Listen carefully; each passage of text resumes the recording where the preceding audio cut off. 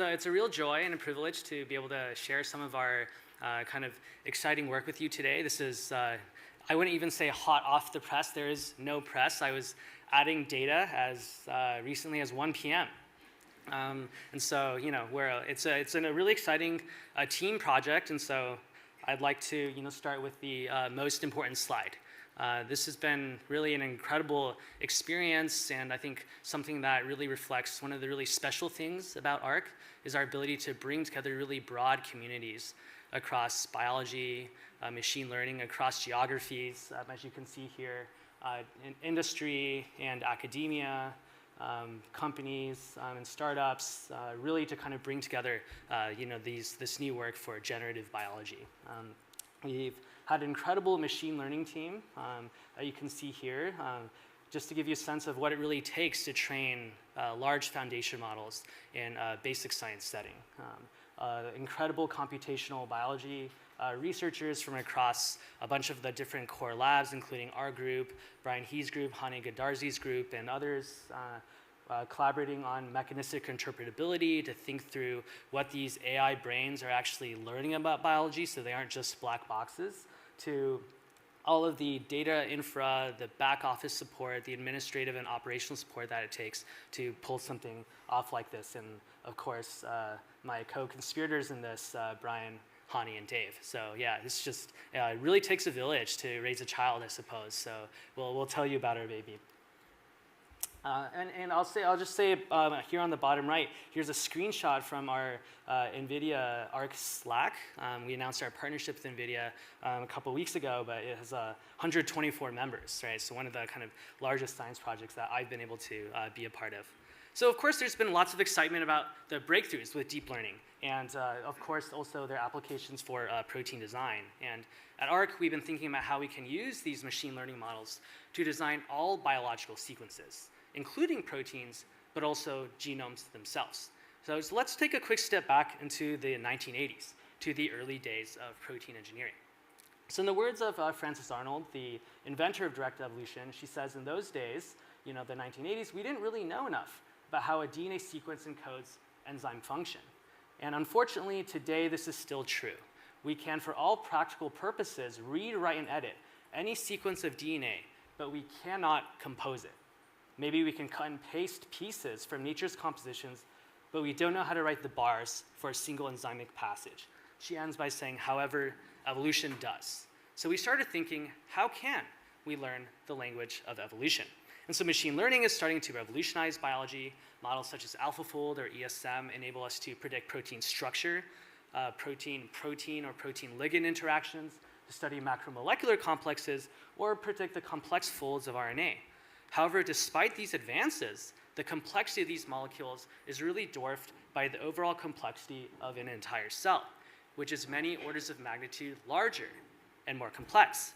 So the cell structure and its function is built by the diverse interaction between all these different molecules, which is an incredible number of combinatorial possibilities at multiple levels of regulation. So in short, it's really, really complicated. However, all this molecular logic is encoded simply within DNA, which is a single sequence needed to create an entire organism. And in fact, the effects of evolution are passed down throughout generations of life via DNA mutations. And so we thought, could we learn about function or functional adaptations by looking at DNA alone? So we tried to ask a simple question: can we train a machine that learns this evolutionary distribution of sequences from whole genomes to learn something about the complex interaction of molecules that creates an entire organism? One of the central challenges in doing so is that biology uses a different language. It's foreign, and it's not very human interpretable.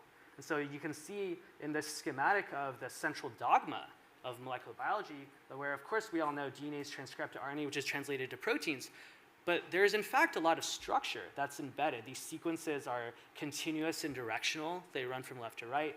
There are also multiple levels of regulation as they transform and move across this hierarchy of information flow embedded across these different modalities.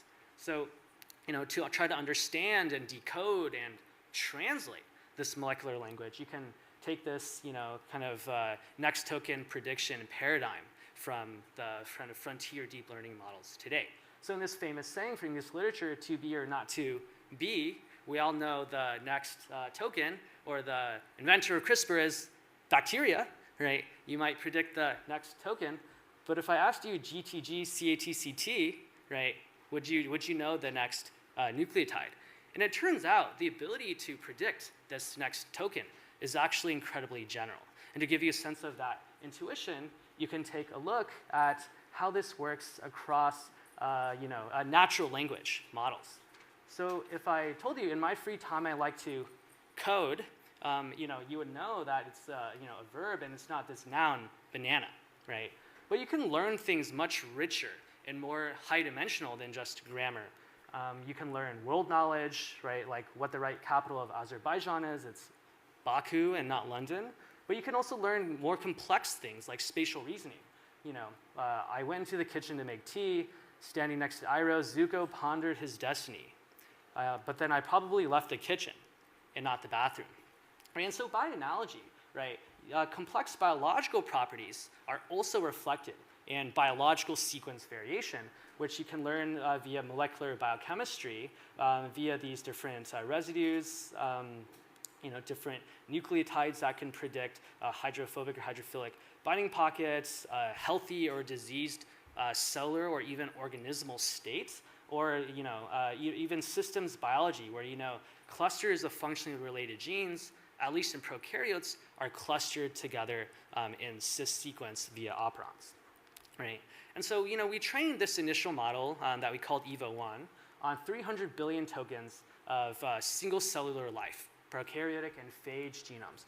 What we showed was that a long context version of this model at 131,000 bases would be able to fit in, stored within DNA, all of these different functional components like regulatory DNA, like RNAs, or like proteins that are all embedded within the genetic code, and that the model could learn something about these different molecular interactions. And at scale, interestingly and intriguingly, this model was, in ML terms, multimodal and also multiscale.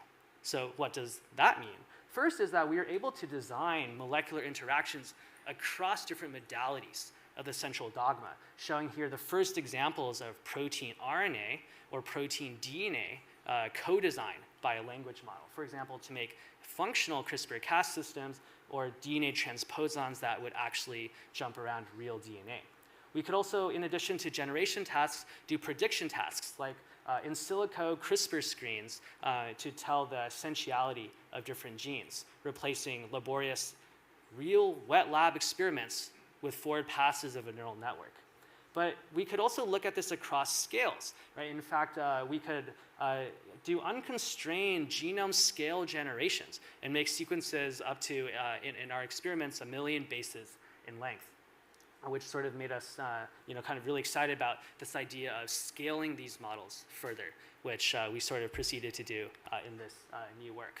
So EVO2, this is the first time anyone's ever hearing about this outside of our project team, is trained across all domains of life, right? And so it's not trained just on bacteria, but also archaea and all eukarya, right?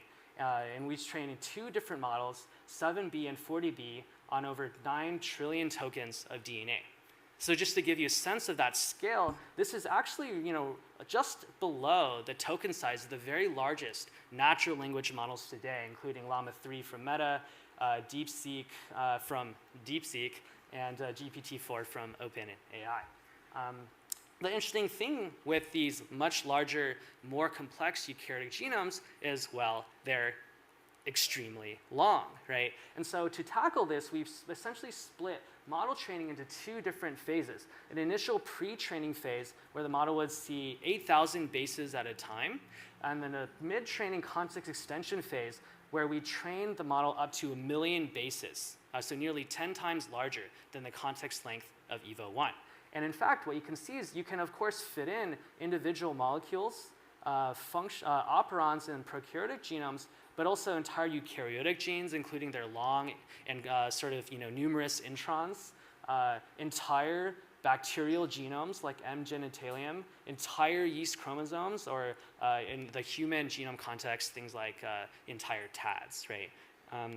To do this, we had to develop a novel, an improved version of our sort of state space model architecture known as striped hyena 2 that uses an improved version of these gated convolutions to efficiently process genomes at really long contexts compared to what's possible with striped hyena 1 or the sort of vanilla dense attention transformer that's sort of the standard deep learning architecture today. And what you can see here is as we increase the context of training, the throughput and the sort of total iteration time drops, showing that this sort of architectural improvement actually significantly improves our efficiency of training large models across networks of NVIDIA GPUs. And so, just to give you a sense of what this can do beyond the prediction and generation tasks that we showed in the first paper, we thought, can we use this for something that feels a bit more translational, right? For example, the field of computational biology has long been interested in how we can do the computational prediction of genetic variant effects, right? And so, if you kind of, have a mutation in a particular gene, call it BRCA1, right? Do I have a causal mutation for breast cancer?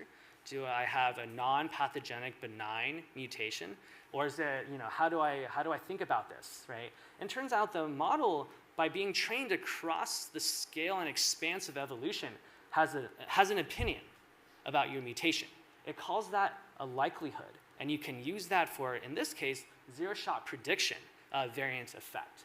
And what you can see is that by basically feeding in mutations from ClinVar, sort of the standard database of clinically validated genetic mutations and their likely pathogenic, benign, or unknown state, the model is actually state-of-the-art in predicting non-coding SNVs or indels, for example. It's a little bit worse than state-of-the-art models that are really specialized for coding SNVs. But the key thing that we see is that EVO2 is a generalist model. It's able to look at SNVs, non-SNVs across non-coding and coding mutations. We can also look at splicing mutations where EVO2 is also state-of-the-art and predict the effects of different mutations on the splicing of a gene.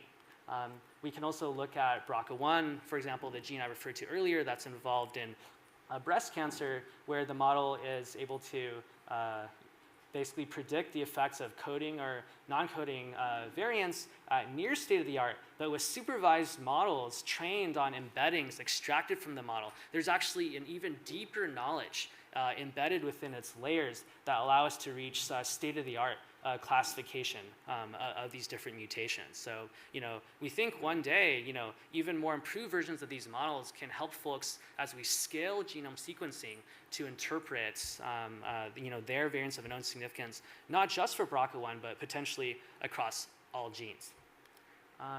We also, wanted to dig deeper into the model and see what else it's learning, right? And so there's a subfield of machine learning called mechanistic interpretability, or MECINTER. And Anthropic, which trained the model Claude, has been doing pioneering work in this area, where they can basically train these what are called sparse autoencoders on model activations in order to learn semantic features that the model is recognizing on large amounts of text. And what you can see is that the model has these features that correspond to golden gates, right? And in fact, when you clamp the features so that the model is now addicted to this semantic feature, if you ask it, what is your physical form? Initially, the AI will say, I don't actually have a physical form. I'm just an AI. But if you clamp this feature, it now says, I am the Golden Gate Bridge, a famous suspension bridge that spans the San Francisco Bay. I am the iconic bridge itself with its beautiful orange color, towering towers, and sweeping suspension cables, right? So you've made it obsessed with this concept. You've done surgery on this AI brain to make it sort of, emphasize this specific feature. And so, that's sort of what we did with EVO2, where we can train these sparse autoencoders on model activations from a specific layer of the model, identify biological features in order to try to see what the model is learning.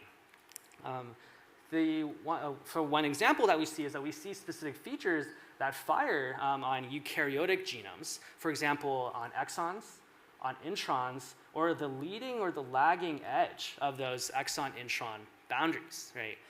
Interesting. So if it finds features found in DNA, but also interestingly in proteins, right? Because all of this is embedded within a genome sequence, including features that sort of light up in alpha helices or beta sheets, which you can see on both the top and the bottom of these two different proteins.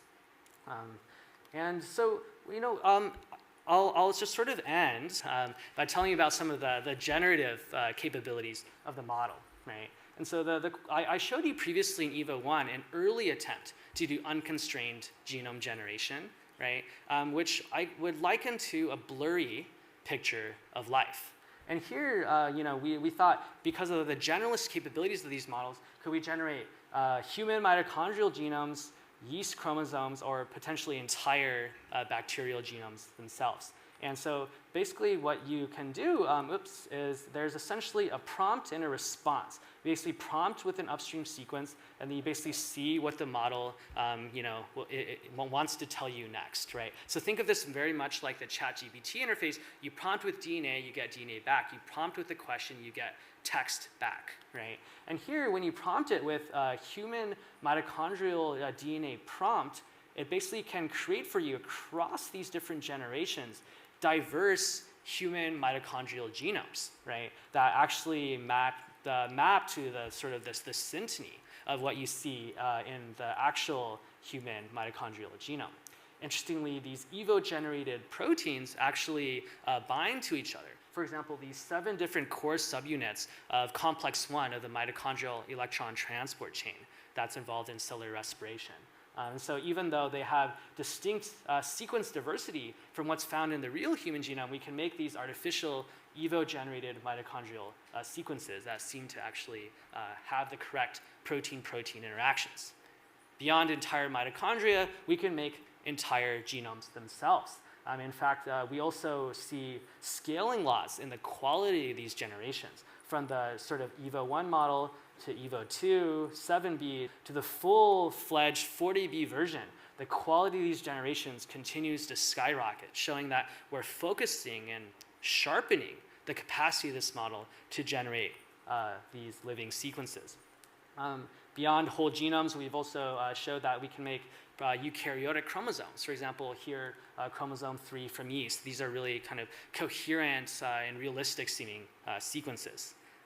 Another question that we often get asked with these DNA language models is, well, what about epigenetics? What about the stuff that actually lets a cell respond to its environment, right?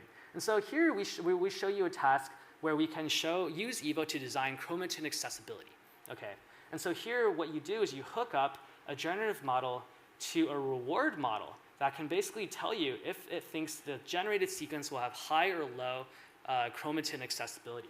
And then you can iteratively give the model this reward function in order to change the type of sequence that you want. So you can make wide attack-seq peaks, narrow peaks, or with addition of compute at inference time, you can follow test time scaling laws to improve the likelihood of this sequence to be high or low accessibility. These are computational predictions. We're now testing them in the wet lab, installing these generated sequences into living cells to see if they have these predicted accessibilities. You can write messages into this with Morse code, for example, Arc or EVO2, or actually store things not just directly within DNA, but also within epigenetic state, potentially. And we'll finally say, this we think of as a very general paradigm, where you have a generative model hooked up to any scoring model, right? That could be for epigenetic structure, for protein structure, for splicing, or any sequence to function predictor, which we think of as a very general paradigm. So, we'll just sort of conclude by thinking, we think of this as a foundational model for biology trained on the fundamental layer of biological information, and there's an entire sort of world of applications across epigenomic, RNA, protein, or even cellular organismal scale operations. And there will be an entire app store that people built on top of these foundation models for different computational or wet lab tasks. Moving forward, we'd like to align these models, moving from bits to atoms, Large pre-trained models need to be aligned with experimental data to improve the quality of its predictions or its generations. We're also interested in moving beyond modification of individual genes in living cells to replacing entire chromosomes, chromosome arms, or what have you, in order to create new types of biology. Really something that we think of as potentially like a sort of a burgeoning field of generative genome design. And even though DNA is foundational, we're also at Arc in our Computational Technology Center thinking about how we can integrate these different types of models with models of cell state in order to be able to predict how a cell will respond, not just to its genetic variation, but also to its environment.